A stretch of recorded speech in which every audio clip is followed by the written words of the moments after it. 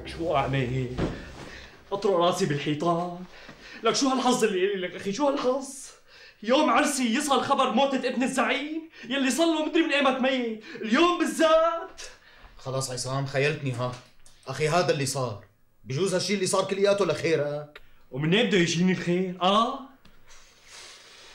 يعني هلا تأجل العرس مدري لايمتى؟ لكن الميت ابن عم حماتي، يعني وين صار العرس ما رح يصير مثل اول طنه ورنه.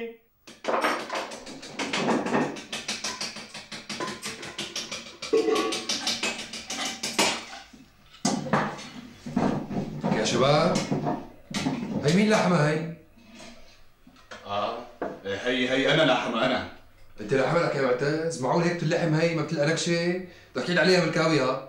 اي شو عليه بعيد عليها بالكاوي.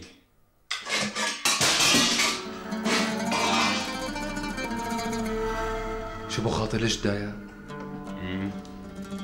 لا ما في شيء ما في شيء. لك ليكونوا هدول مصبات شغله لك معتز؟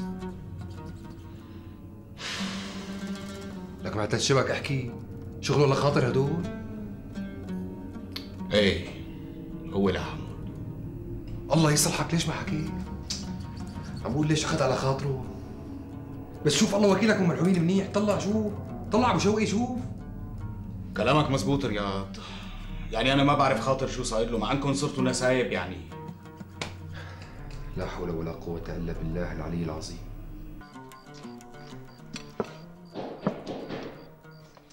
وين نايمة؟ عدي انا افتح الباب.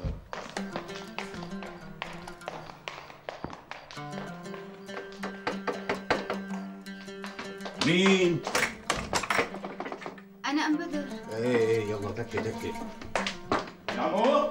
شو يا مو معتز؟ مين على الباب؟ هي جارتنا ام بدر يا مو. فوزية شو بدها بهالوقت؟ شو بعرفني ما حكيت.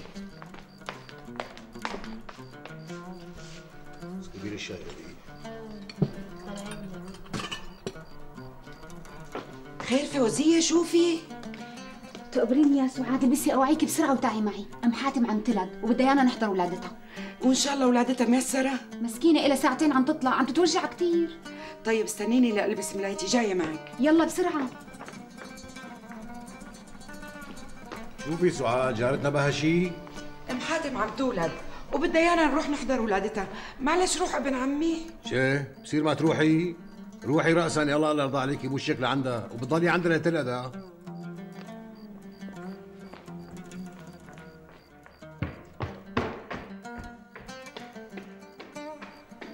الله يفرحك يا ابو حاتم وولدي ويعطيك على ابنيتك يا رب.